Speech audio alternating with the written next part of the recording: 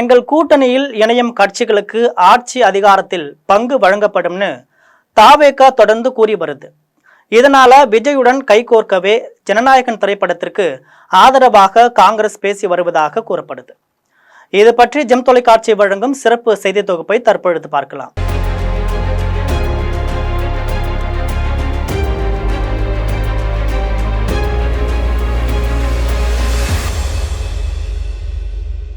நடிகர் விஜயின் கடைசி படமான ஜனநாயகன் திரைப்படத்திற்கு தணிக்கை சான்று வழங்கப்படாத காரணத்தினால கடந்த 9ஆம் தேதி வெளியாக வேண்டிய படம் தற்பொழுது வரை நிறுத்தி வைக்கப்பட்டிருக்கு.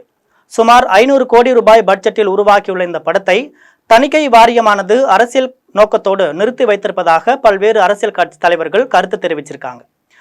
இந்த நிலையில இது தொடர்பான வழக்கு உச்சநீதிமன்றத்தில் பொங்கல் தினமான வருகிற 15ஆம் தேதி அன்று விசாரிக்கப்பட இருக்கு.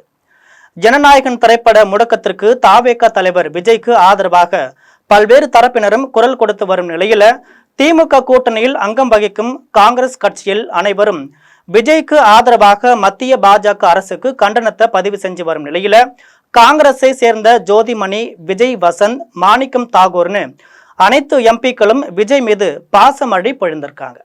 இந்த நிலையில இன்று தமிழகம் வருகை தந்த காங்கிரஸ் தலைவரும் மக்களவை எதிர்க்கட்சி தலைவருமான ராகுல் காந்தி ஜனநாயகன் திரைப்படத்தை தடுக்க தகவல் மற்றும் ஒளிபரப்பு அமைச்சகம் மேற்கொண்ட முயற்சி தமிழ் கலாச்சாரத்தின் மீதான தாக்குதல் என்றும், திரு மோடி தமிழ் மக்களின் குரலை அடக்குவதில் உங்களால் ஒருபோதும் வெற்றி பெற முடியாது என்று தனது எக்ஸ் பக்கத்துல பதிவிட்டிருக்கிறார். இந்த நிலையில திமுக கூட்டணியில் இருக்கும் காங்கிரஸ் ஆட்சி அதிகாரத்தில் பங்கு வேண்டும், தொகுதிகளை கிள்ளி கொடுக்க கூடாது, அள்ளி கொடுக்க வேண்டும் என்று வெளிப்படையாகவே சொல்லியிருக்காங்க. விஜயின் தாவேகா கூட்டணியில் இணையும் கட்சிகளுக்கு ஆட்சி அதிகாரத்தில் பங்கு வழங்கப்படும்னு தொடர்ந்து கூறி வரும் நிலையில தாவேகாவின் தலைமை நிலைய செயலாளரும் செய்தி தொடர்பாளருமான சி.டி. நிர்மல்குமார் இன்று செய்தியாளர்களுக்கு பேட்டியளிச்சிருக்கிறார். அப்பொழுது அவரிடம் ஜனநாயகத்திற்கு ஆதரவாக காங்கிரஸ் தொடர்ந்து குரல் கொடுத்து வருது, தாவேகா கூட்டணியில் இணைய போகிறதா என்று கேள்வி கேட்கப்பட்டது. அதற்கு பதிலளித்த நிர்மல்குமார், எங்கள் கூட்டணி நிலைப்பாட்டில் எந்த மாற்றமும் இல்லை என்று தெரிவிச்சிருக்கிறார். அதாவது ஆட்சியில் பங்கு, அதிகாரத்தில் பங்கு என்று சொல்லித்தான் பாஜகவை தவிர மற்ற கட்சிகளுக்கு தாவேகா வலை வீசி வருது.